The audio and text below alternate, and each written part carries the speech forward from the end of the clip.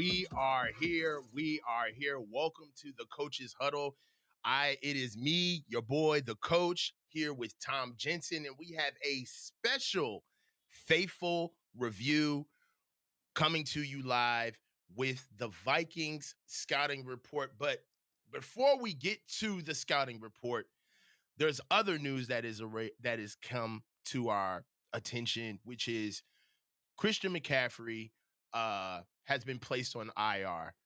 One thing that we want to do right now is discuss the impact of CMC's injury and how his absence will affect the 49ers offense. Before we get straight into that, Tom, how are you doing? I'm doing great, Coach. How are you? I'm doing pretty good, man. What are you doing this weekend, man? What are you up to? Then going to Home Depot. I'm being Joe Depot this weekend and jury rigging stuff together. Yeah, A character for me. I also got my hair cut and the guy got carried away. That's why I'm wearing the cap. yeah, I got you. I got you. Hey, we got to beat up that barber. It's cool. We looking for that barber. We looking Yeah. for you, barber. We're looking for you. Hey, but look, one thing right here, I want to take this time out right now. 6'6" NC Mafia. This is by Actively Black. All right. It's a black-owned athletic uh leisure wear company. I love their clothing. I know a couple of guys who run it and gonna be getting them sponsored pretty soon onto the show. Cool. If you notice, I wear a lot of their clothing, but Actively Black is where you can find this hoodie. I saw you ask this question in Larry's show. I'm glad you came back to follow up. But getting back to the show, the Niners are 1-0, coming off of a great victory over the New York Jets, over 147 yards rushing for Jordan Mason, 37 carries combined rushing for the team at large. We're going up against a stingy Minnesota Vikings defense with new additions, which we'll get into. But what does this stand? Where do we stand with the move? Was it the move to make?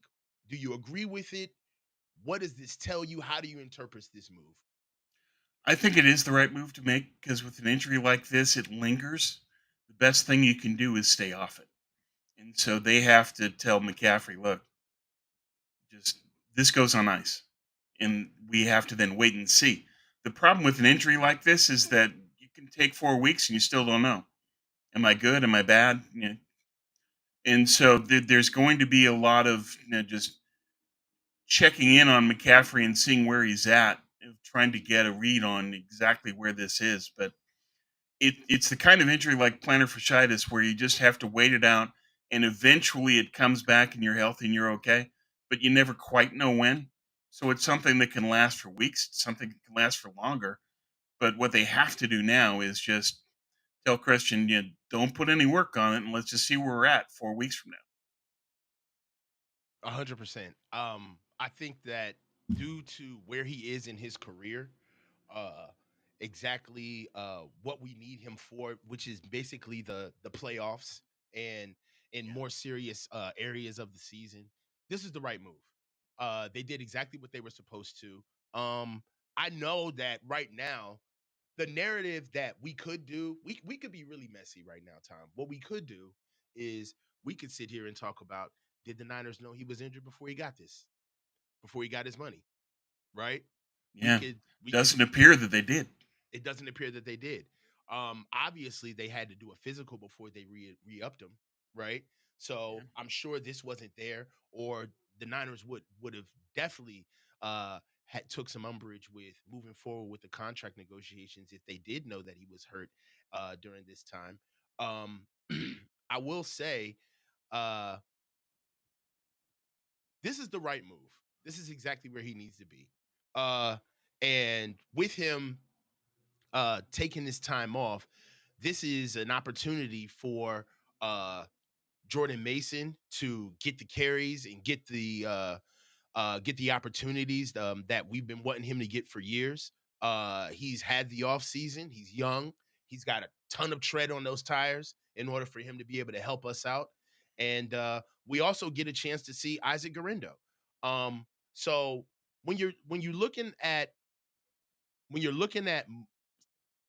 the injury, how do you feel like uh the timetable will be, right? Let's That's talk the about. issue, is that the timetable is fluid. An injury like this, it's not like you've got a bone that has to heal. It's a tendon that's inflamed, and so you don't really know. You have to take it week by week and just say, okay, you didn't put any weight or work on this, and we're trying to rehab it. Where are we a week away, 2 weeks away, 3 weeks away, 4 weeks out? Where are you? You never really lock it down. That's part of the problem with this, is that 4 weeks is just the beginning. This could be a lot longer, I think. Yeah. But I think that Christian will want to play. Kyle will want to play him, but they also know that basically what you need is Christian for the playoffs, like you said. And Jordan Mason is proving that he can carry the load. He can take this team where it needs to go in the regular season. Hmm. So they've at least got that luxury of falling back on Mason, where they don't have to play McCaffrey. It's a good thing Right. they're not in that position. Right. Uh I'm looking at the season right now. We've got Minnesota coming up on Sunday. LA, New England, Arizona, Seattle, and everybody knows week 7. We've got week 7 circled with red ink, right? That's our Kansas City week. Then we got Dallas in the bye. I think that it'd be foolish to bring him back even any time before the bye. I Probably. I I I I mean, for me it would be the all or nothing approach, but we're gonna know exactly what this thing is if they sit him by the bye week. We'll know exactly where it is, right? Well, But hopefully. But this is the kind of injury, again, where you don't have a definitive idea of just, can he play and not get hurt? Yes or no. With an injury like this, you never truly know. There is no black and white. It's a lot of gray. well, So tendonitis, that's part of the issue. But I agree with you that the longer you wait, the more information you can gather, and then you can know where he's at and what you can test. And you can also test him during the week when he's doing work off on the sideline, or if he's taking contact. You can judge it and figure out where he's at. So I'm in the camp of, let him wait through the bye week, and because it's in everybody's best interest that when Christian does return, he's at the lowest possible state of that injury reoccurring. You want to be as safe as you can with it. yeah. Uh I agree. I'd wait till week 9, like I said, man. Uh Sit him all the way into the bye week. At least you'll get an opportunity to not only see exactly where he is, but get a chance to get him warmed up, right? So it's not like he's got to be back. He's got a full week to get back with the boys, right? And get paced in. Uh I don't know, man. I don't want to talk out of school about an injury. I'm not a doctor. You know what I mean? Like we're not Yeah, doctors. yeah. So the But what last we thing. have read, though, is that this is a kind of injury that you can't lock down, and I've seen that from a lot of doctors in social media, especially on Twitter, that have chimed in on this. All of them say the same thing. Inflamed tendon, you have to wait it out and see. He could be able to come back in week 6. He might not be able to come back until week 10. You just don't know. Mhm, yeah. So moving into the next topic. Uh Can Jordan Mason step up in CMC's absence? Um, he had an amazing game against the Jets, right?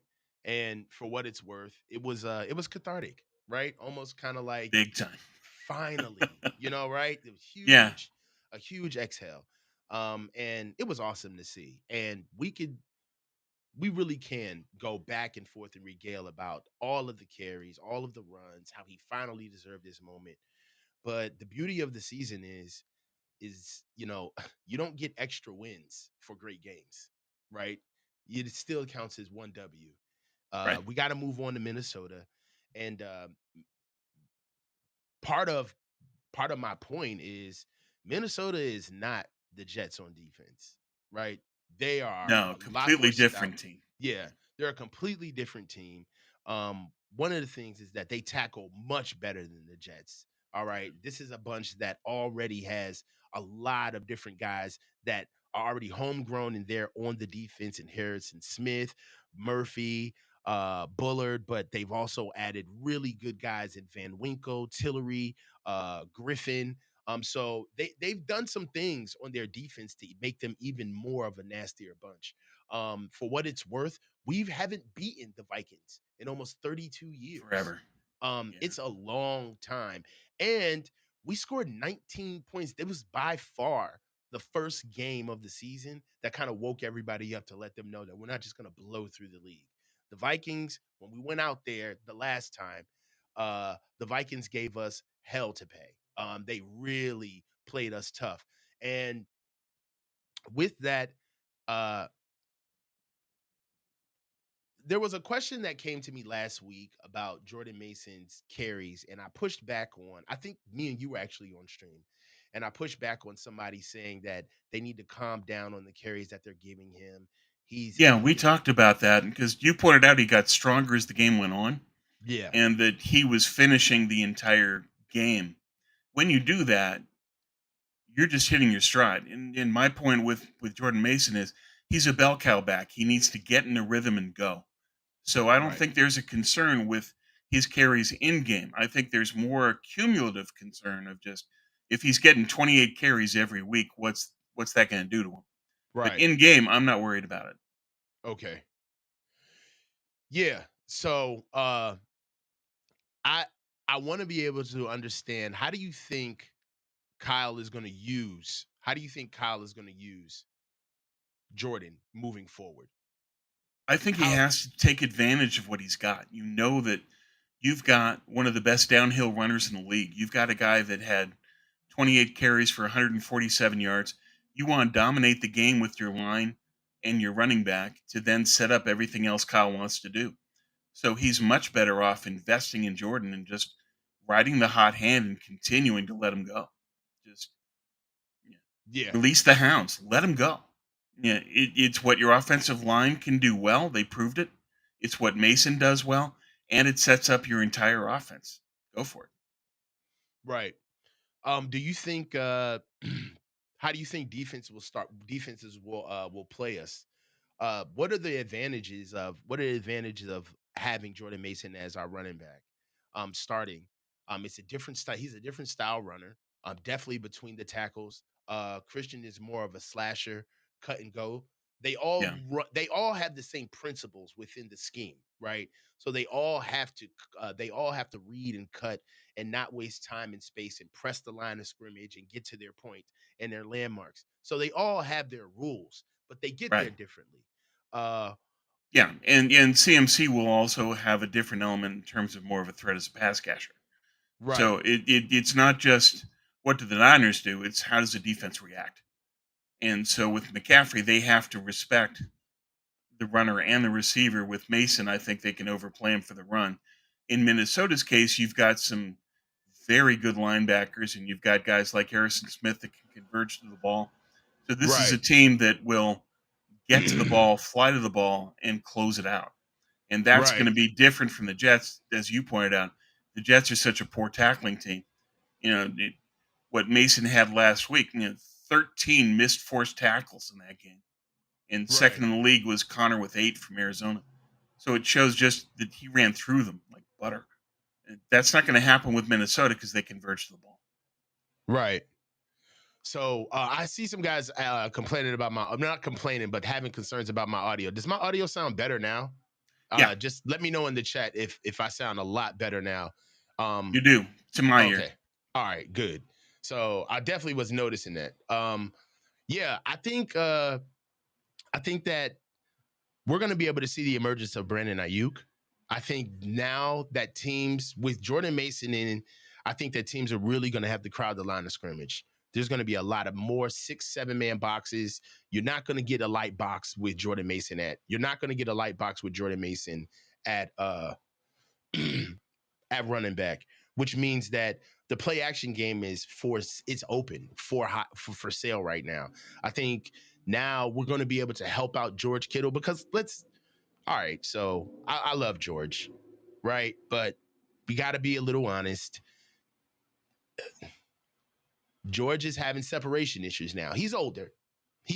He does Yeah, not separate the way he used to. And he's coming off core surgery in the off season, so Yeah, I would argue that he's not 100% yet. Hopefully, he will be. But to right, your point, I think that Mason is going to force a lot of stacking, and that should open up for Kittle, Ayuk, Debo, and hopefully this game counting. right.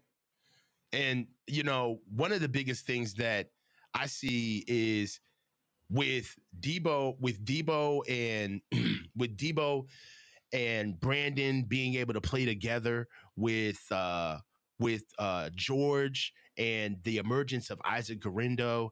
I think that the new kind of they need to embrace this. They don't need to. I don't want to see. How can I put it? I don't want to see an uptick in. I don't want to see an uptick in passes for Brandon Ayuk and Debo Samuel and all of these new gadgets and plays because Christian's gone. I think they need to lean into Jordan Mason, right? They need to Well, make even him more the focal so, point.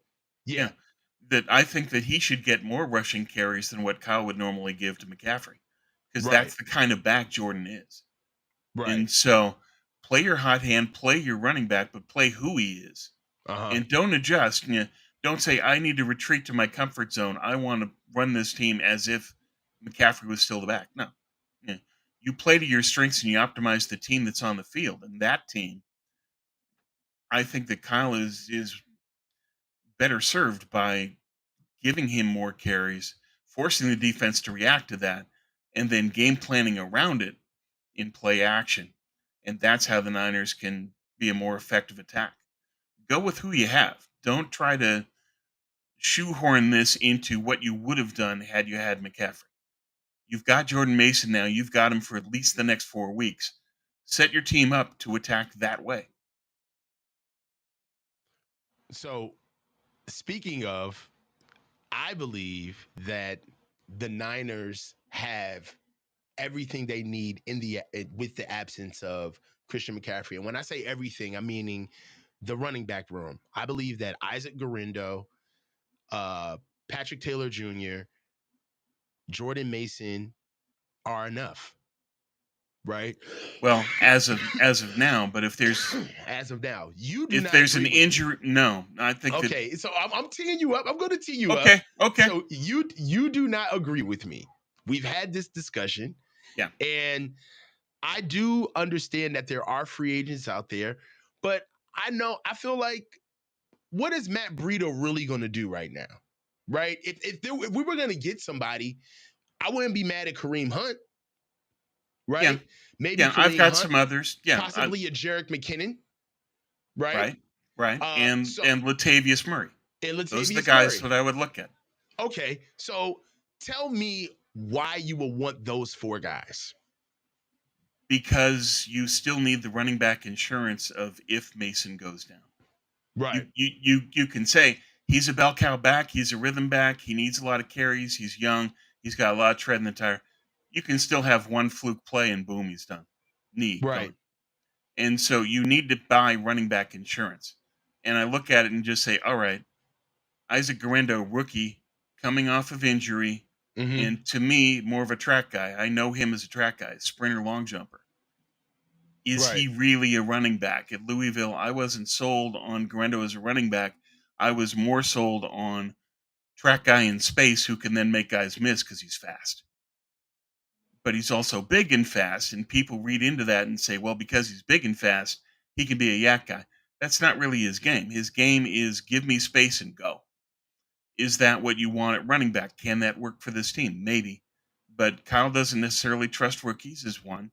And two, can he take the impact that you would need Garendo to take? And three, is he at risk of re injury? So that's an issue. Then you got Patrick Taylor,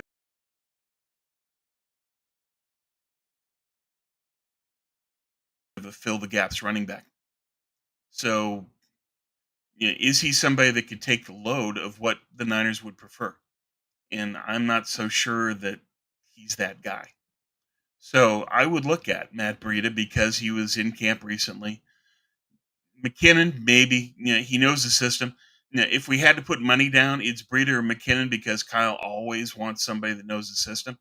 If I was running the team, I would say I want Latavius Murray. I want a guy I know that can run, that I know can catch, and that he can take on sort of a very poor man's McCaffrey role. That he can do the skills that you want at the position. So if I was signing somebody, it would be Murray. But if I had to predict, I think that they will sign Breida or McKinnon. Yeah. I definitely go with. I'd love the Kareem Hunt signing, in my opinion. I think it'd be doubling down on the same skill set that they already have in Jordan Mason. It'd be able to keep Jordan Mason fresh in order to be able to control the ball. Right now, time of possession and controlling the ball is the biggest thing that I see as a weapon to be able to help this team for all of the problems that we have, right? We've Yeah, got to get Trent in shape. We got to get Brandon in shape. We got to protect this offensive line, but they have to get in shape. Okay. We got a defense where they don't have depth. So we don't want them to get beat up with the run game. Okay. We want them to get on and off the field because they're fast and they can move, but we don't want them to get worn down. Time of possession, holding the football cures all of these things. I'm telling you. That's which is why, all the more reason why they have to milk Jordan Mason because right, it makes the whole team better to do that. right. I think one of the best things that they could do right now is probably either get help or you never know. There may be an emergence of Isaac Garendo. We really don't know what we have in him. Like what Yeah, your tell me tell me your criticism of him. Like why are you not bought in? because his decision making is not see the cut and go. He hesitates. You know, Mm-hmm. he's not your typical Bobby Turner back. So he will dance around in the backfield and then go. And he always looks to bounce it outside because he knows he's got the home run speed. So he's not Right, someone that's naturally going to take the hole, especially if it's inside, and just pound it.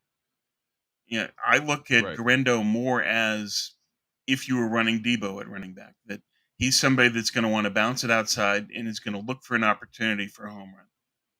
So I think that the best use of Garendo is as a kickoff returner, and possibly as a punt returner, and as a gadget guy in the offense. right. But now that CMC's out, they're going to have to use Garendo more, and I think that he's best used as sort of a release guy in the flat where you can check it down to him, and they can just outrun people, as opposed to a guy where you just hand it off to him in the backfield and let him go. I think that there's going to come a time where you're going to have to watch these guys grow up in front of us. I understand all of that. I really do, Tom. And it's not that I disagree with you, but I don't feel as though that now is the time to kind of go into what you usually do. Um, I don't want this offense to feel Christian McCaffrey being gone in real time. Like, I don't want us to start seeing games where it's like, see, here we go. This is where Christian usually would fit in right here. I don't think I don't think we have the luxury of like sitting back and that's in a way that's kind of what we do as an organization, as an offense. We always keep as many options as possible until we make no option at all, right? Until our opposition makes the choice for us, right? Right. And then we end up having to spend or utilize weapons in a defensive manner when we should have been attacking the entire time.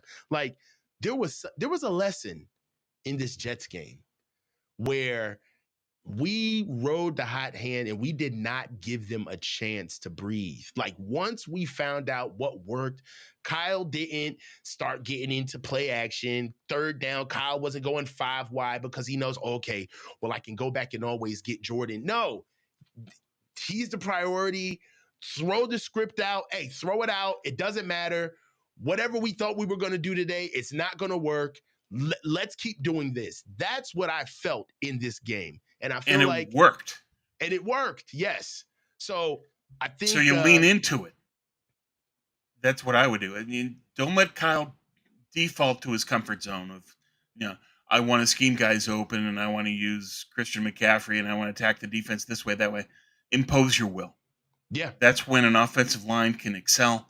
That's when Jordan Mason can just say, okay, sledgehammer time. yeah. That's how this team this year works. And the more you do it, the more you can learn about your team and how to play off of it. I like the learning that you can create by leaning into Mason and saying, okay, what does this now do for our offense? And Mhm. that's where Kyle can come up with the new wrinkles that he's known for, is that you can create off of this in ways that people don't anticipate and take the offense to another level as a result. Let's see what the 49ers with Jordan Mason at running back can become. Lean into it, see what they can do. And you've already seen the proof in terms of how the offensive line performed, that they're a lot better doing this. And Yeah. if your offensive line can dictate, you can control the clock, you can control the game. And that's how you win. And that's how Kyle wants to win. He wants to run to establish play action. Jordan Mason does exactly that. Yeah. Let's get to a couple of super chats before we get to our next topic, okay? So right here, Manhattan John 1999. Thank you. Congrats on hitting 5K subscribers, coach. Best Niner stream on YouTube. Thank you, man. We did hit 5K subs about Right. 3 days ago. I'm humbled, man. I'm not good at stuff like this. We're on the YouTubes. We're on the YouTubes. Who would have thought? Well, Who but would have thought? you do it well, you speak your mind, you speak your heart, and people are responding and they're learning from you and they're enjoying it. You're very good at this. You got 5K for a reason. You earned this. So congrats. Thank you, Tom. And I want to thank every 5,000 of you that have subscribed and many more. Amen. And this is just the beginning. But humbled. Thank you, Manhattan John, for highlighting this. Thank you. Uh, Herbie Holland, $10. Thank you. Congratulations on your ever booming channel, coach. Love your work. Well, normally I would stay negative. Let's see if Purdy is that guy, if he is him now. Thank you. Thank you for the channel. And yes, Brock, I was just having a conversation earlier today about Brock in like what's kind of like the step, what's gonna be his stepping stool into like the elite pantheon of quarterbacks, right? And I think that everybody kind of has something, right? It's Lamar with his athleticism, it's Josh Allen with his physicality and his will, right? With the Yeah. what how he will just take over a game. He will not be denied, right? It's Patrick Mahomes and his skill and his arm angles and his decision making. And it's going to be Brock Purdy and his processing. It's going to be Brock Purdy and seeing the field and how conscientious of a player he is, knowing how to meld a team together. Like I feel like that's going to be Brock's his superpower, if you will, right? Yeah. Everybody's got a reason why they're elite. And I think that that's something that I see that is not just consistent in Brock's game, but it's pretty much the prior. He leads with it. No, Yeah. Brock is never confused on the field. He Never. Never. always knows exactly what he's doing. So, Yeah. yes. He needs to lean into his strengths. Hmm. That's what all these quarterbacks do is they are elite at something. And Hmm. then they lean into that and that becomes their calling card. And so for Brock, that means processing, accuracy, timing, and speed. That he's got the escape speed with his 10 time. Hmm. So there's a lot that he can do. And then over time, he'll lead this team and become an expert in the offense that we haven't seen at quarterback in a long time for the Niners. So I'm Agreed. looking forward to what he can be long term. But short term, all he has to do is just lean into what he already does well and perfect it. Agreed. Uh 66 NC Mafia, $5. Great content. Thank you, brother. Herbie Holland, you sound fine to me, coach. Thank you. I'm glad we got it fixed. We've been having the audio wars on this channel for over like the Too long. existence of the channel. It's the existence. It's the existence. It's the existence of the channel. God. But I've know enough now to know gates and noise gates and close windows and move Hannibal to the next room and all types of stuff. I don't know. Squinch eye, hop on one leg, pray, throw up a couple of Hail Marys. I mean, we've had if for all of my Coachella followers, if you were here for the Coachella stream where my music would not cut off for a solid hour and a half, then you know the audio woes of this channel are well documented. Thank you. So, hey, Ryan Aloe, thank you. 4.99. That's the difference between Kyle and Reed. Reed adjusts to his rookie skill sets. Kyle doesn't. He has trust issues. Example worthy. I know, and it's Yeah. the truth, man. It's there was a it escapes me, but there was a DB that the Chiefs were about to see, and he did like a little bit of self scout on. He did a little self scout on Xavier Worthy, and he was like, well, I don't think he's that good. All he does is run in a straight line. You know, he does, you know, that's all they do. And it's just like, no, that's what they designed for him, you dummy. Like, you don't get Yeah. it. Yeah. Any other coach would probably have that kid sitting on the sideline because he can't run the playbook, right? Or he's not a Yeah. pro yet. Or Well, he would have a set group of plays go deep. yeah, yeah, that's it. It's like Andy Andy Reid says, Reid. no, we just need to get him in space and let him go. Yeah, like I'm the adult here. I'm the head coach. I'm the genius. So yeah, these are the things that we're gonna set out for you to not only set you up for success, give you confidence, but challenge you to grow because we want you to get better. Right? Right. There's many things that comments like this really get me going because it's a huge problem with Kyle. It's a huge problem. And He has to honest, get past this, especially when you just drafted two receivers in this draft. You've got to use them. don't haven't you even noticed that that he begrudgingly gives Dominic Pooney praise? Like it's almost like he Oh doesn't even want man, to believe that a rookie came straight in and played. It's like, you know, usually they don't get it done, you know, but I was shocked. And he had some missed assignments, but we're gonna work. It's like, bro, come on, man. Stop it. stop. Stop it. It's me, Here, Kyle. It's it me. it's well. Here's the thing: is that Dominic Pooney proves that Kyle has been an idiot on his offensive line strategy of not drafting offensive linemen Yeah. and not investing in the offensive line. Look what difference Pooney made. Hello. He's making everybody around him better, He makes and everybody he's better. making this team balanced left right. He's doing everything you want to do. Who is he? He's a draft pick. Yeah. Yeah. Hello. Yeah. And Yeah. why Yeah. weren't there more of those in the best offensive line draft in a decade? You could have picked more Poonies, but I'm grateful that we have this one because he's making a huge difference right away. You got me feeling like Biff Tannen. Uh, you got me feeling Biff Tannen from Back to the Future. Back to the Future. Hello, McFly. Your shoes McFly! untied. Your shoes untied. Hello. Yeah, yeah. It's just Yeah. Pooney.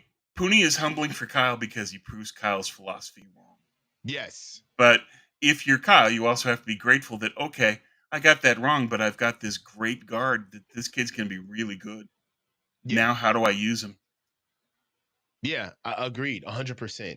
And let's get the last one out of the way before we go to the show. Get back to the show. Manhattan John 999. Thank you, Manhattan John. Coachella is the best format to consume Niners content.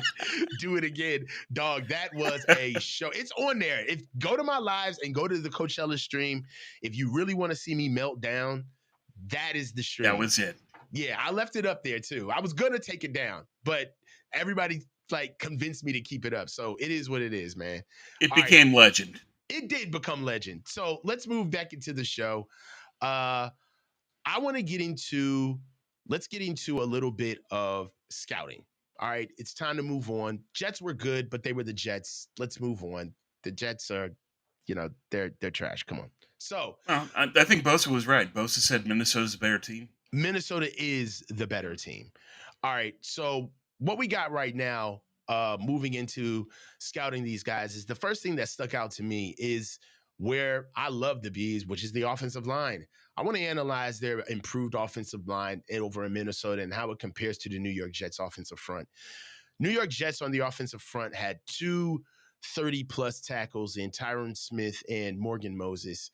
Uh, you know, less to be desired. Not necessarily fleet of foot fast guys, not really physical, bigger bodies, more of what you would see in theory of what they were uh, as younger guys. Maybe they would be those names would pop. Maybe 5 years ago, those names would pop. But uh, what they did is, this is an offensive line that held the Niners to 1 sack and only 6 pressures. So last year, for context, the Niners surpassed 159 pressures through the 17-game season. Uh, with the six pressures coming into week one against the Jets, that puts us at about 106. That puts us at about about 102 uh, combined pressures for the year, which in theory puts us down over 30% of what we were last year at pressuring the quarterback. Now, albeit Aaron Rodgers gets the ball out quick, and that's what they do, but there's a difference between understanding the style of a quarterback and then knowing what you're being scouted against, like how it's going to be a thing now. Get that ball out quick to really challenge that pass rush. Um, if you look at what they did last year with the 159 pressures, uh, we walked away from last year even feeling like the pressures on quarterbacks and sacks alone were just not up to snuff in what they have been in years past. So right now, just by looking at the numbers and being like a stat geek, uh, we're kind of looking at another down year. Now, my way to supplant that is a whole nother conversation about our secondary and how Nick Sorensen can really add those guys in there and really create some creative ways how to get back there non-traditionally. But if we're just going to talk about just the straight up front four, which is Nick Bosa, Malik Collins, Javon Hargrave, and Leonard Floyd, they're going to be going up against a really good bunch of tackles in Christian Darrisaw, and somebody that I have always been a fan of is Brian O'Neill. So Underrated, great super player, underrated. Um, annual Pro Bowler, and the guy is just technically sound as it gets. I'm gonna tell you, you know who Brian O'Neill is? Brian O'Neill is like remember Stefan in Family Matters? Urkel and Stefan. It was Steve Yeah. and Stefan. Brian O'Neill is Stefan to Mike McGlinchey's Steve Urkel. Like if Mike McGlinchey was everything that we wanted him to be in San Francisco, he would have been Brian O'Neill. 6'7", 310, 4'8" speed, drafted in 2018. And this dude is a dog. He has a 90 plus run blocking grade and a 78 plus pass blocking grade. And this dude has strong hands. He's athletic. He's ranked the third ranked tackle in PFF. And just for effect, Christian Darrisaw is ranked 10th. We're playing against two top 10 tackles.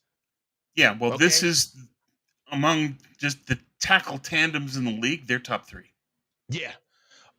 So look, what they have right now, if you could look at two of the interior offensive linemen that they have right now that are under speculation, quite honestly, in Yeah. Garrett Bradbury and Ed Ingram, their right guard. Bradbury being their center, but they still come strong enough with Blake Brindle, their left guard, and he himself is basically a tackle at guard at 6'7", 330 pounds, with an over 90% pass grade and offensive grade on PFF. I mean, guys, It's a good this is an line. this is a good offensive line, right? If we could talk about this, is one that I wanted to bring up because I just saw a comment that came up in the chat, uh, saying that they have good tackles, but their interior offensive line sucks. Who said this? Uh, How Chipto did. Kyle Chipto did. Yeah. Anyway, so the reason why I disagree with this is because here we go. The reason why I disagree with this comment is because if we can understand what one player can do for all of our offensive line in Dominic Pooney, right? Then you have to understand how this offensive line insulates those guys. They're all ranked in PFF. We got guys on our offensive line that aren't even ranked in PFF. Okay, this is two top 10 tackles with the number 2 overall left guard in the league, ranked by PFF. All right, these guys are a far different group than what we saw in New York. It's night and day. And what do you think? What do you think we have to do in order to have success against this defensive line? And how do you think it's going to look differently? Oh, well, I can answer myself right now. Tom, Tom rolled out on me. So look, what we can talk about. Hold on, let me just remove Tom from the scene. What we can talk about is what they need to do to stop Aaron Jones. Okay, so Aaron Jones is pretty much a key contributor of what they do offensively. Coming from the Green Bay Packers, strong runner. We definitely got to see what he did against us in the playoffs, in the playoff round, the divisional playoff round last year. Had a great day against us. Actually ripped off over a 50-yard run and had the most rushing yards. Had the most rushing yards against the Niners that they had seen in over 2 seasons. One of the things that uh, we have to understand, one of the things that we have to understand is this team is going to try to run the ball against us. They're going to really push to see exactly where we stand with our defensive line. I'm excited for the challenge because what I saw against the Jets is they didn't do themselves any favors. When they first started the game, the Jets actually were moving the ball on the ground, but they were having a lot of issues with Nathaniel Hackett calling us a synced game. I think they they're trying to serve two masters. They were trying to give credence to Aaron Rodgers so he can get in the flow with him and Garrett Wilson, but then at the same time move the ball in the best way with keeping their offensive line fresh. And they started running inside and outside zone, which our defense knows that run scheme in and out. You're not going to run and beat our defense to the sideline. That's one thing we do have is speed. Uh, they got away from gap scheme and duo, which they were running against them earlier in the game, where they were penetrating our defense and running at a really big clip. That's when they were driving on us. And I feel as though that the Jets got away from that because they were trying to engineer around what they know is bad tackles and pretty much a mediocre offensive line. And they're trying to get Aaron Rodgers, trying to please Aaron Rodgers. I don't think that that's going to happen with the Vikings. I think the Vikings are going to run downhill on us, and we're going to really get a chance to see not only where the interior defensive line stands up, but exactly what Devondre Campbell and Demetrius Flanagan-Vols bring to the table. Fred Yep. is beyond reproach, right? Sure. He's the guy, number one guy. Not going to question him, even though I do at times. But we're also going to get a chance to see what George Odom is going to be able to do. Like these guys haven't seen anybody physical yet. What's your take on what we've covered so far? I think that you're right. That what Minnesota's going to do, what plays best for them, is to lean into Aaron. I keep saying lean in, is to give the ball to Aaron Jones. Mm-hmm. 14 carries, 94 yards, but that's against the Giants. But Aaron Jones has had success against us. And you look at the playoffs. He had 18 carries for 108 yards in the divisional round against the Niners. Mm-hmm. So Aaron Jones can take on this defense and beat it. And Mm-hmm. so we have to be concerned about how do we contain him. And so you have to maintain the pursuit angles, and you need to wrap up and tackle. Is he had the 53-yard run, which was basically the Niners taking bad pursuit angles and Jones just sprinting past guys that they didn't anticipate his speed well. Mm-hmm. So that's part of what you're going to need to do against him this time is that you know that Minnesota has great tackles. You know that they're a little bit weaker inside. So I think that Aaron Jones can tend to bounce out, and you're going to need to overshadow him and sort of play him to go wide and expect that. and the pursuit's going to need to follow that kind of a strategy. But Jones has proven he can beat this team, and he's a much better back than they had last year. So we can look back to last year, and Minnesota threw on us a ton. They don't have to now that they've got Aaron Jones. And Aaron Jones is a great back in this league. I think that they've got their hands full with him and these tackles. But the Niners can win inside, and I'm hopeful that Malik Collins can win his matchup, and that can help to slow Jones down. I agree, Tom. I think that uh, the offensive line is going to be it's going to be really good to see exactly where we stand with the offensive line. Uh, this team is really going to be able to show us how we stand on defense.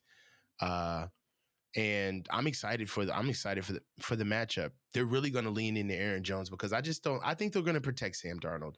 They're not going to have him slinging the ball around. Uh, and they're going to be able. I feel like they're basically they mimic us. They run our offense. Sure. Um, Well, they why do not? It exactly works. what we do. Yeah. They know, Um, but yeah. they also know what they've got in Sam Darnold. That he can be exposed if he throws too much, and that Yes. if he is in a crowded pocket, he tends to make mistakes. He's kind of like Geno Smith that way. That if you get pressure around him, just the claustrophobia of that can take him into mistakes and mistake throws. So they need to give him space. The problem is that Darnold will hang onto the ball a long time. That's going to be the difference between this one and the Jets. Is that Rodgers got the ball out very fast, fastest in the league.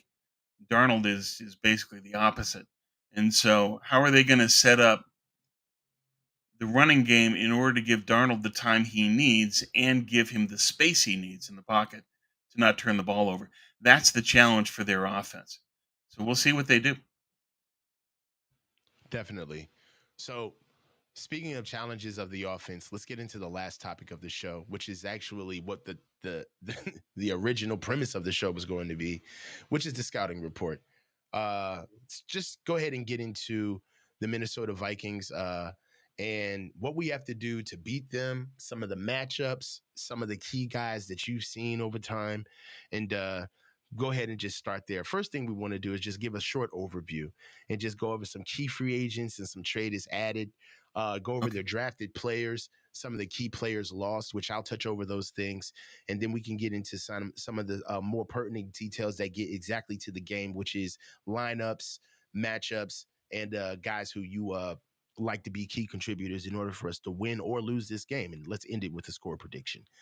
So first off, Minnesota Vikings. We're going to be playing at the Minnesota Vikings at 1 p.m. Eastern. That would be 10 a.m. Pacific time. Throws me off. Key free agents and trade is added. We have Jonathan Greenyard, which is edge. Andrew Van Ginkel, edge. Sam Darnold, quarterback. Aaron Jones, running back. Shaquille Griffin, cornerback. Jerry Tillery, interior defensive line.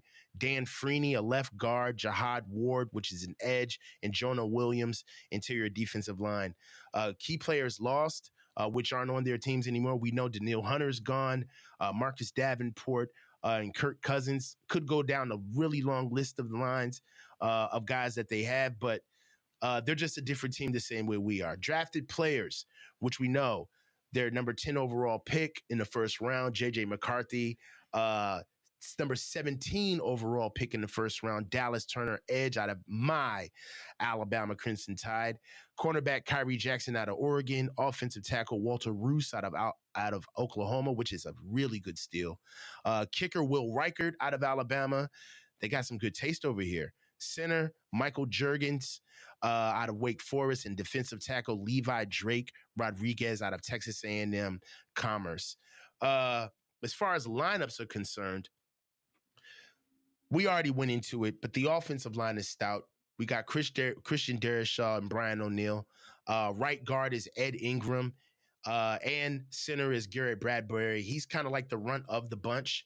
But their superstar outside of those tackles is their left guard, Blake Brindell. This guy is nasty. Big, tall, 6'7, 330, strong hands, finishes. Most of the times when you watch the Vikings and there's a fight, Blake Brindle is in the middle of that fight. He's that guy. Uh, these guys themselves are 1-0 coming into the slate to face us, putting a wallop, putting a walloping on the New York Giants, and we are got to see exactly what these guys want to do offensively. They run the ball. Let's just go ahead and say it. That's what they do best. They've got Justin Jefferson, which is a great. I mean, he is, in my opinion, Justin Jefferson is the best receiver in the Yeah, NFL. agreed. Um, I have no problem with that. But what they do best right now is they're trying to play bully ball. They're trying to go time of possession and suffocate you. They beat the Giants 28-6.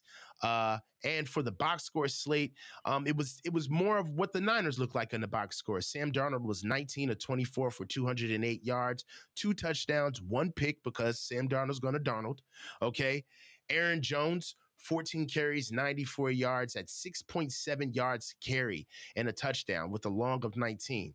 Uh, Ty Chandler, which is another running back that they have, is 8 carries for 17 yards. And then you had a couple of miscellaneous carries with Sam Darnold and Miles Gaskins. For what they have done through the air, it's economical. It's not anything that's really over the top where you would think Justin Jefferson's had a crazy day. Nothing crazy against the Giants. 4 catches for 59 yards, an average of 14.8 a catch, and 1 touchdown. That was his day. He led all pass catchers with only 4 receptions that day. But this is what the Vikings do. They spread the ball around. Jordan Addison had three catches. Josh Oliver had 3 catches. Ty Chandler had 3 catches.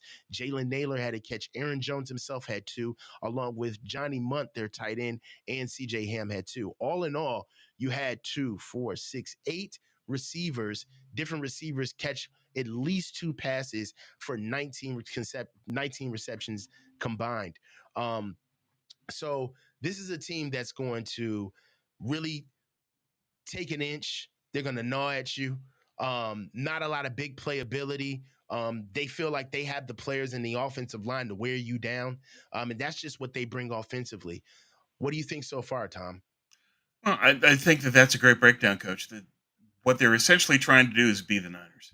Is Mm-hmm. that we want to use Aaron Jones inside outside, break out for some runs and some big gains there, and then just chip away in the passing game. Mm-hmm. They don't have Jordan Addison; he's out for this one, so that Yes, helps. he's out. But Yes. unlike last time, they didn't have Jefferson last time. They did have Addison. Addison had 7 for over 100. This Mm-hmm. time it switched. Now they have Jefferson, but not Addison. Mm-hmm. The other thing that was key in that game was Hawkinson had 11 catches. That's something the Niners are going to have to worry about and take control of. Mm-hmm. So this is a big game for the secondary. You're going up against Jordan Jefferson, and you need to take out their running game, and you need to make sure that you've got people on Hawkinson. If the Mm-hmm. Niners can do all that, they're fine. I think what Bosa hinted at in his discussion this week was their strategy is make Minnesota one dimensional, which means that they're going to try to take away the run early to force them to throw. And you know that when that's the case, then you can put people around Sam Darnold and he can make mistakes. So Mm-hmm. clearly that's what they're going to try to do, which tells me that they're not going to be that focused on getting after Darnold early in the game. They're going to be more focused of trying to use the front seven to stop the run and to channel where Aaron Jones goes. So Mm-hmm. that's the strategy that I'm expecting from them is a whole lot of Jones and then play action off of that to go and look for Jefferson and Hawkinson. That we need to pay attention as Niners fans that remember that Hawkinson can get a lot of catches in this offense. Mm-hmm. Um, I will say this is a team that's going to take they're powerful enough to be dangerous if they keep their identity, right? I don't think that this is a team that you need to be scared of for taking shots downfield. They're really not gonna. Yeah, Oh, that Dale is says Hawkinson's out. yeah, So okay, my bad. yeah, Munt, I yeah, wasn't sure if his status was yeah. Johnny Munt's gonna play. Yeah, okay. Okay, yeah. So it's gonna be Munt that's a playing. different thing. Yeah, it's a Sorry, whole Coach different ball Ipto. game. Yeah, my bad. No, not a big deal. And Jalen Naylor is going to be their number 2 receiver coming in now with Jordan Addison out this week. So Jordan Addison is going to be replaced by Jaden Naylor, and uh, Johnny Munt's going to be replacing T.J. Hawkinson. Right now, they're still going to be rocking out with Brandon Powell as their slot receiver Okay. coming in. Okay.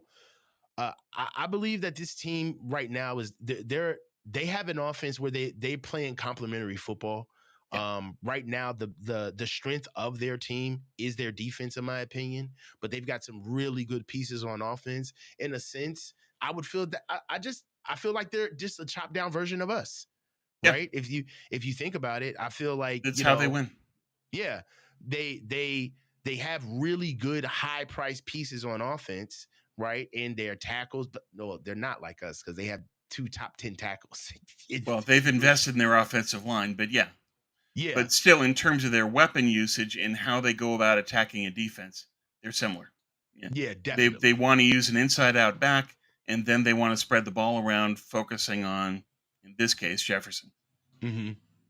So let's They're kind not of like us in terms of all their weapons and who they are, but they're like us strategically, that in and out back hit the receiver. right.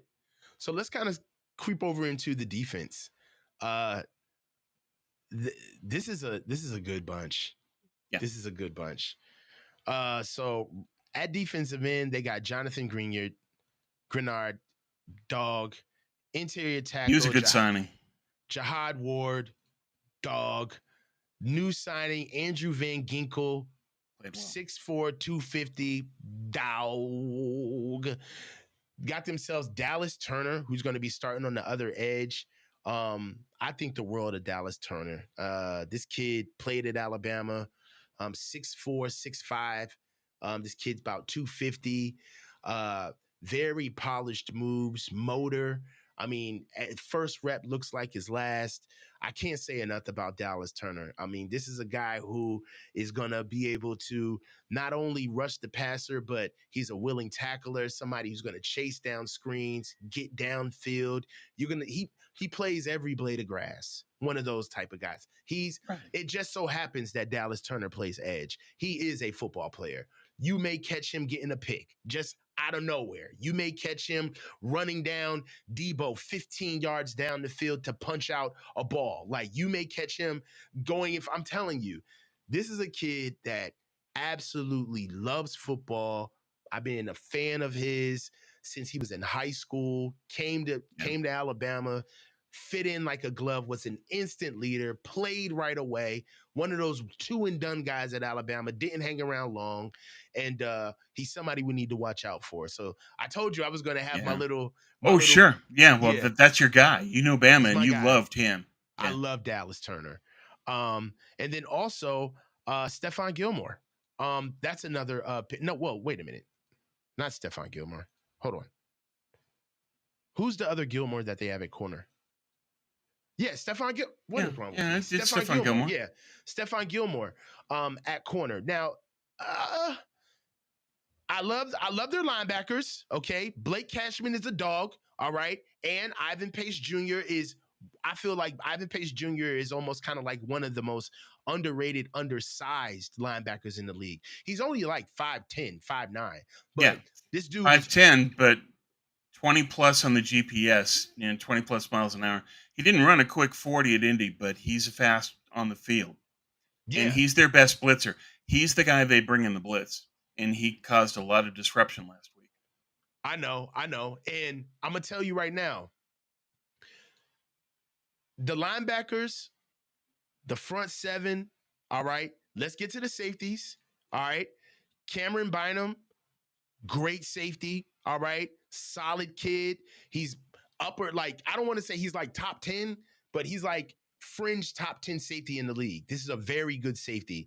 And then Old Faithful Harrison Smith, which, I mean, what else can you say? I mean, Harrison Yeah, Smith is just just going to solid, be an impact. solid, He's a solid solid guy. pro. Solid in the run game, solid in the pass game. He And just he knows the moves a game back and lot. moves all over the place. He is the quarterback of this defense. Make no mistake about it. It's Yeah. Harrison Smith's defense. And that's where I'm willing to stop with all the praise. Because I know if you're a Niners fan right now, you're saying to yourself, Coach, enough. Quit with the glazing.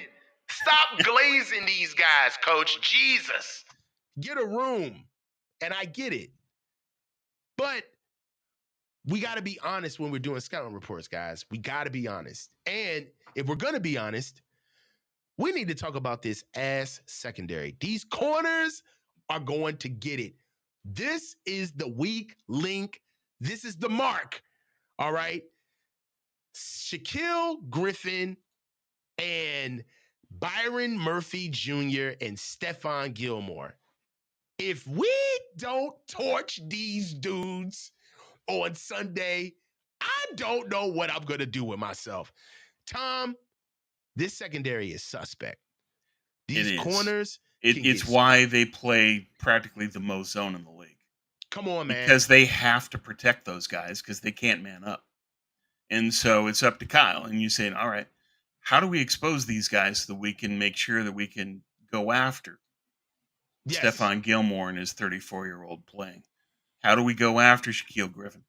And what Flores is banking on is, I'm going to bring enough pressure and I'm going to confuse you to the extent where you're not going to be able to pick on my corners. That's the gamble that he's making. So Yes. let's break down the Minnesota defense. It starts with Brian Flores, their DC, one of the, if not the most frequent blitzer in the league.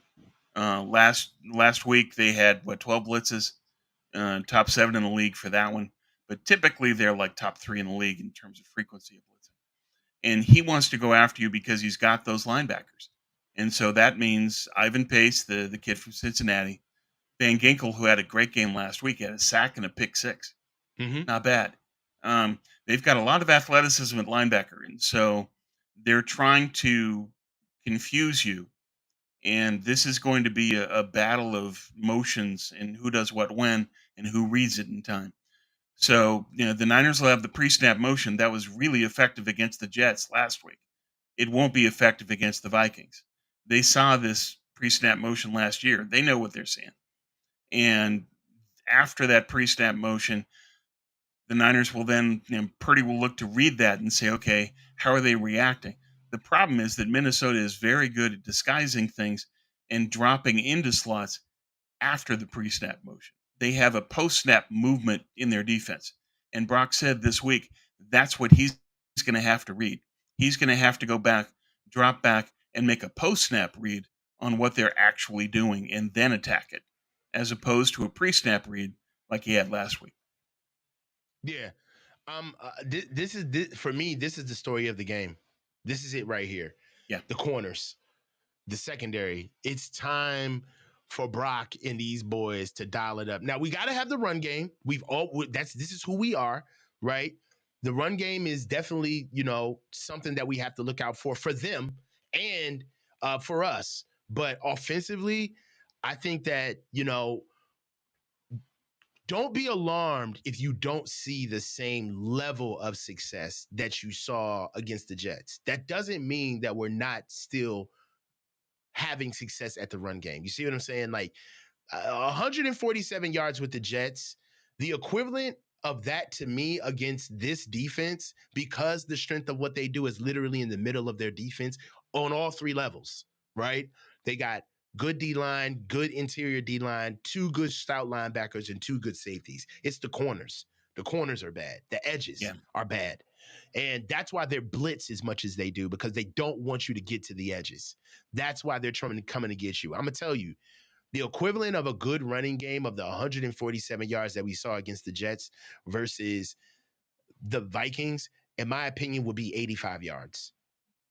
About like 80 yards. If we can run for 80 yards on these guys, right, interior wise, I would take that as the equivalent of 147 against the Jets because they're very stout. But They're what, not as weak a tackling team, and yeah, Minnesota converges so well.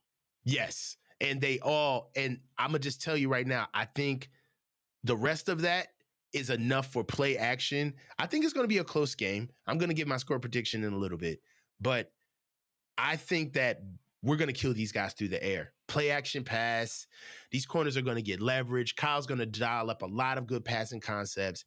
I think that and then us, honestly, singling these guys out. Don't let Stephon Gilmore sit on Debo Samuel. And if he does, he needs to be traveling with him. Put Stephon Gilmore on Brandon Ayuk.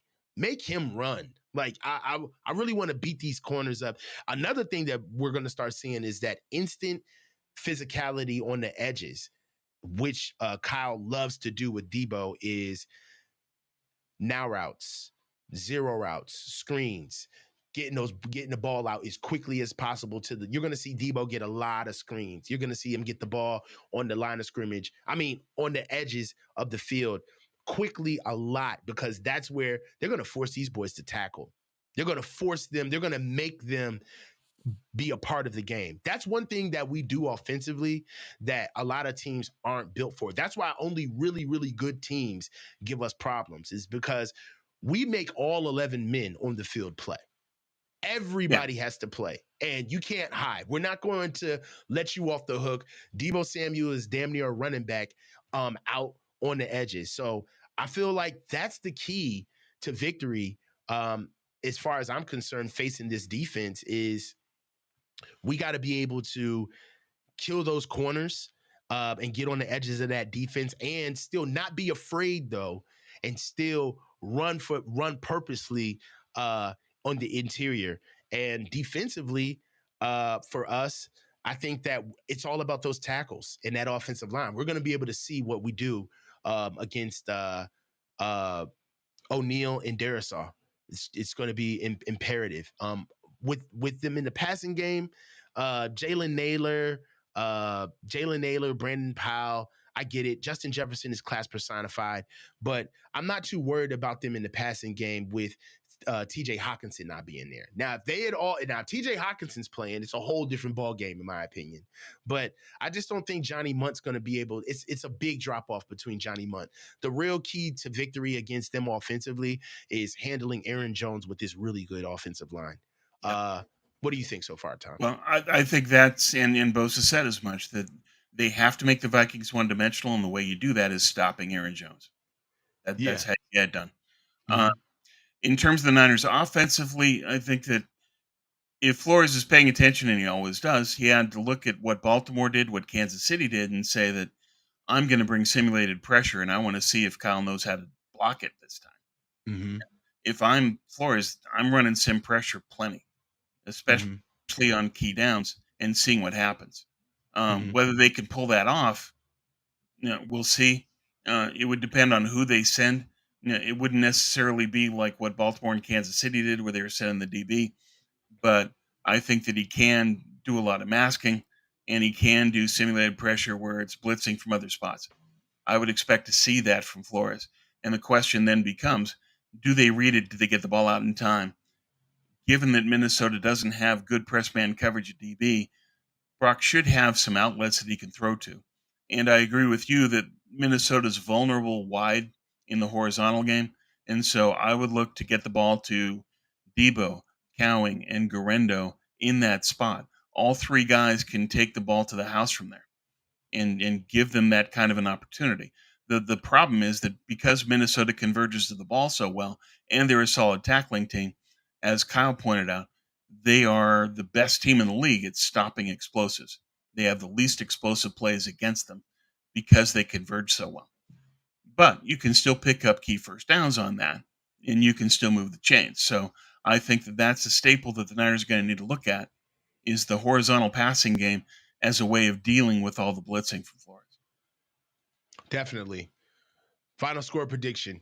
I'm gonna let you go ahead and take the final stab at it. What you got? I got 27-17. I think that Minnesota can stay in the game for a while, but they can't stay in it long term because they won't be able to maintain the run for all four quarters.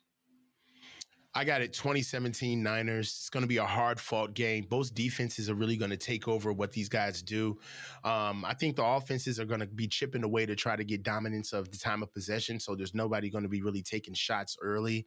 But Jake Moody, man, those 6 kicks have made me a believer. So I got us moving into 2-0. But it's going to be a close one, but a hard fought one. They're going to make us earn it. And I feel like if we stay upright and there's no injuries, I'm very excited for moving forward into week 3. But I got us winning 20-17. A good game, good condition, another one in the books, and hopefully we stay upright. Yeah.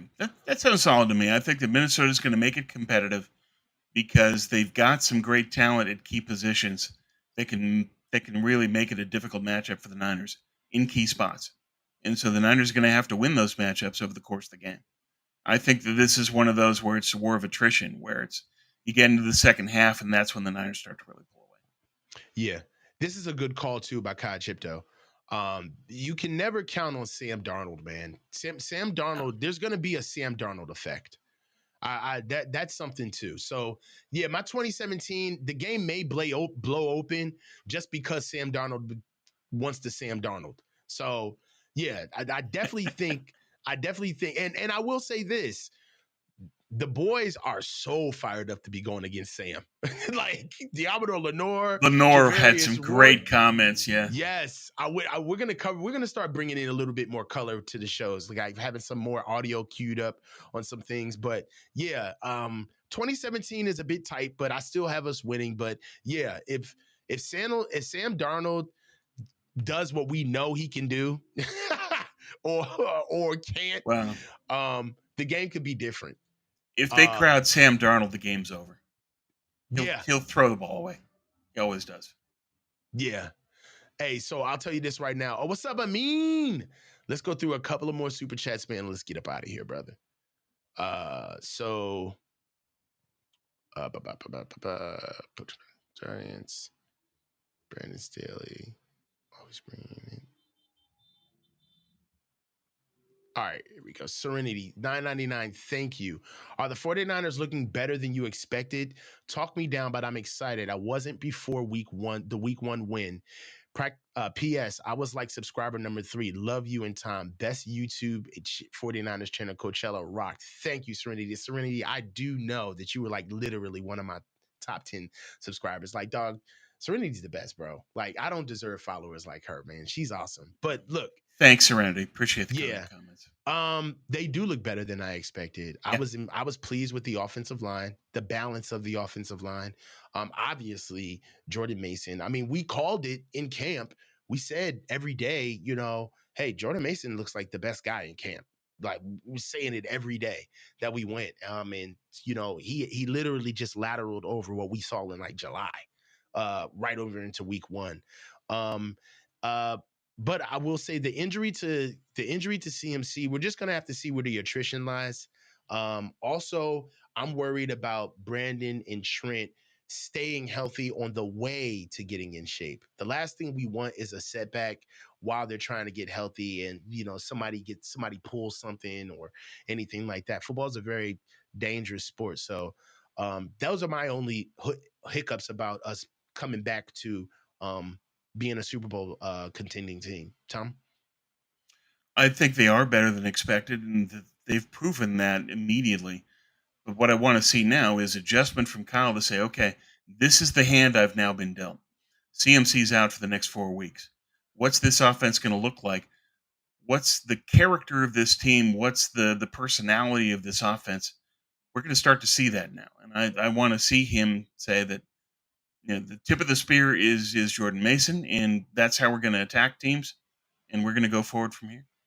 I look forward to it. I think that they're going to be a great team as long as Trent stays healthy and Ayuk gets up to speed and Brock continues to do what Brock does and the defense plays solid. They're going to be in the NFC Championship game. Awesome. Ricky Williams, 199. Thanks. Is Banks getting a second contract with the team? No, You at first this would have been a quick no for me, right? Like hell no. He's gonna move on. He's gonna get paid what anywhere from 12 to 15 million dollars a year, and because he's a Super Bowl contending or the cachet of what he does. But Aaron Banks may lose his job.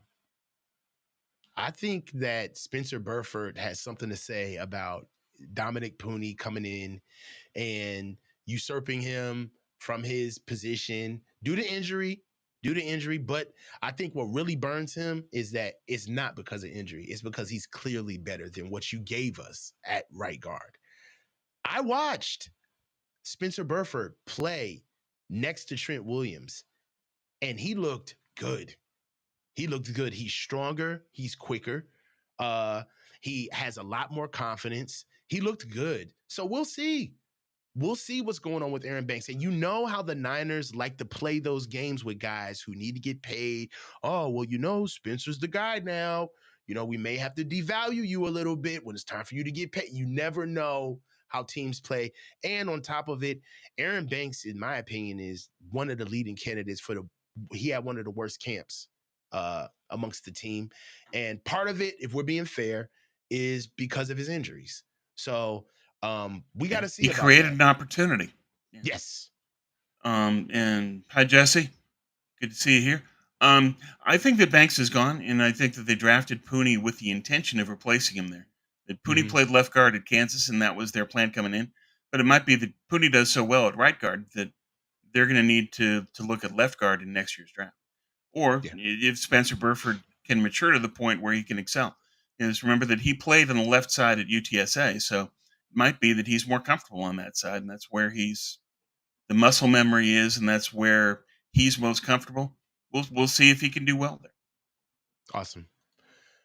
Cynthia CYN, thank you. Hey, coaches, always bringing it. Thank you. Manhattan John 499, thank you. For me, this is their game for Brandon Staley to make his mark with blitzes and stunts that exploits Minnesota's weaknesses inside. Yeah, yeah. Bradbury and Ingram are their weak links inside. Um, right now, I think, but offensive lines playing units, guys. I'm going to be impressed to see how these guys leverage those tackles and those guards. No, not those guards and those centers. I want to see it because I know that having good, like, guys, look at what Trent Williams does for our entire offensive line, and that's just one elite offensive lineman that we have. One, they got three.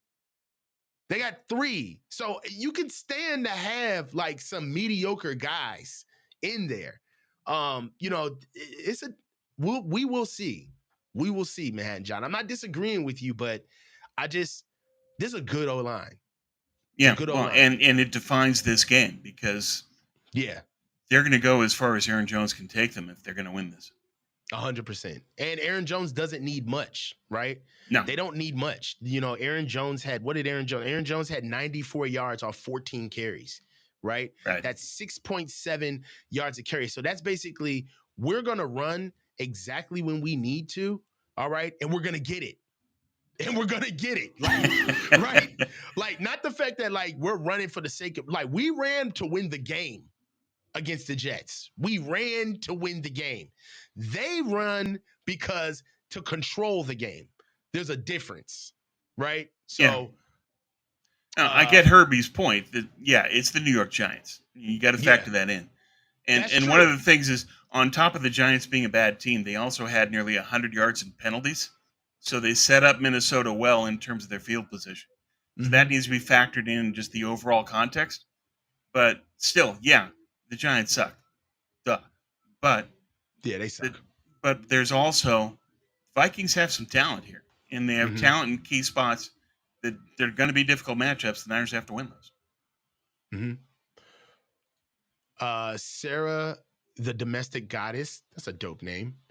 I haven't noticed anyone bringing up that Sammy D last season was reminded every game as he stood on the sideline that Kyle knew Brock was a QB and that could affect his play subconsciously. Hmm.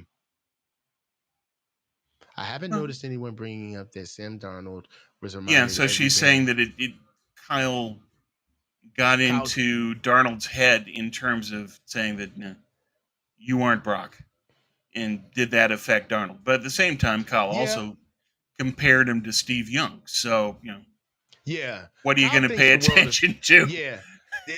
There's a spectrum on both sides. There's the reality of, hey, if you have as much faith and confidence in me, then why aren't you playing me, right? But in a sense, I don't think that this plays Sarah, and the only reason why is because Sam Darnold, there was no market for Sam Darnold, meaning that it wasn't that nobody wanted Sam Darnold when he left the Panthers. It's that He literally came straight here. He was given guaranteed money to be the number 2 quarterback. So he already knew that he was gonna come in and was getting paid to be number 2, which means that in a sense, the Niners had already let him know that there's going to be an open competition between there's not an open competition at 1. Brock was coming off of his elbow injury at the time, and the real competition was between Sam and Trey for 2. Right. So that had always been kind of the conversation. I just think that Kyle, I don't know, it was just bad form how Kyle like always doted over Sam, like, but never talked about Trey like that. Never. Like it just was weird to me. But yeah, Sarah, the domestic goddess, thank you again, $5. I think a huge part of winning at ball is a sincere self belief that they are the better player, the better team, etc. That energy is palpable. Might be tough on him. Yeah, I mean, all players are emotionally driven. It is the truth. I mean, you saw the Yep. way the entire team looked without Trent Williams and Brandon Ayuk in the building, right? Trent Williams said that he felt galvanized to come back when he saw what happened to Ricky Pearsall. All of these things are just personal things that have nothing to do with football, but it's just the energy, right? One of the reasons why Trey Lance had to get traded immediately is because they couldn't have that guy around in the locker room when they were trying to uplift Brock, right? Because Brock was the starter. So it's always personal. It's always personal, but I agree. Dale, $10, 32 damn years. We need to beat these assholes. Been to 3 Minnesota versus Niners games, took the L home from all 3. Went on Sunday, Brock 3 tutties. I feel you, Dale. It's been a while, bro. 32 years is kind of embarrassing. And it's a stat of all stats. I didn't even know that last year. I wonder why they didn't come up last year. You hear anybody I talk don't about know. it? Well, Dale, you going to be at the game this time? Yeah, Yeah, hey, let us know I if you're going hope to be that they there. come through for you, but I think they will. Yeah, I think so too. Dale, $10. Thanks.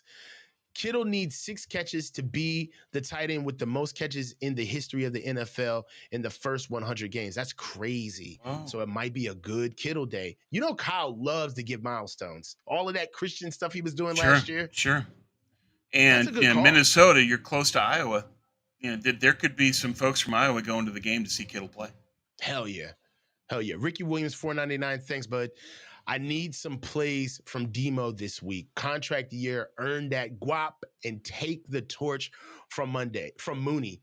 Yeah, yeah. That's a whole nother. I'm making the thumbnails for that shit now. We're not going to use them for another 6 months, but it's going to be Mooney or Demo time. That's coming. That's going to be fun too. Serenity 199. Thanks. Oops, it went through twice. Consider it payback. Consider it back pay. Thank you. Dale, $5. Stop, Jugs Machine. Dude, you are wild. Dale is a funny dude. Ricky Williams, 199. In other words, Tom wants to see Kyle be a coach on 100%. Tom, we got another one in the books. Another good one, Coach. It's always great doing these shows. We have game time coming up tomorrow. I will be doing a live watch party Great. at 1 p.m. Vikings versus Niners. And you know I'm going to be turned up. It's going to be a great game. What are you doing for the game, Tom? Watching it. I'm not doing You're not anything. doing anything? You're not doing anything? Come on, Nah, man. nah. What's your I, I'm a I'm a beverage of choice, I'm a Tom? party of one in Seattle. Come on, I don't know anybody up here. You getting your Um, brew? What are you doing? You oh, look like I what don't do you look like? What are I you don't drink. What do I look like? Diet Shasta cream soda and Diet Coke and water. You look like I'm a as boring. Fresca man. I'm as Fresca? boring as no Fresca. I don't like grapefruit. Uh, Yeah. So that's it for me. I'm as boring as it gets, Coach. And yeah. I I'm a don't do anything. Tito's I'm just man. watching the game and taking notes.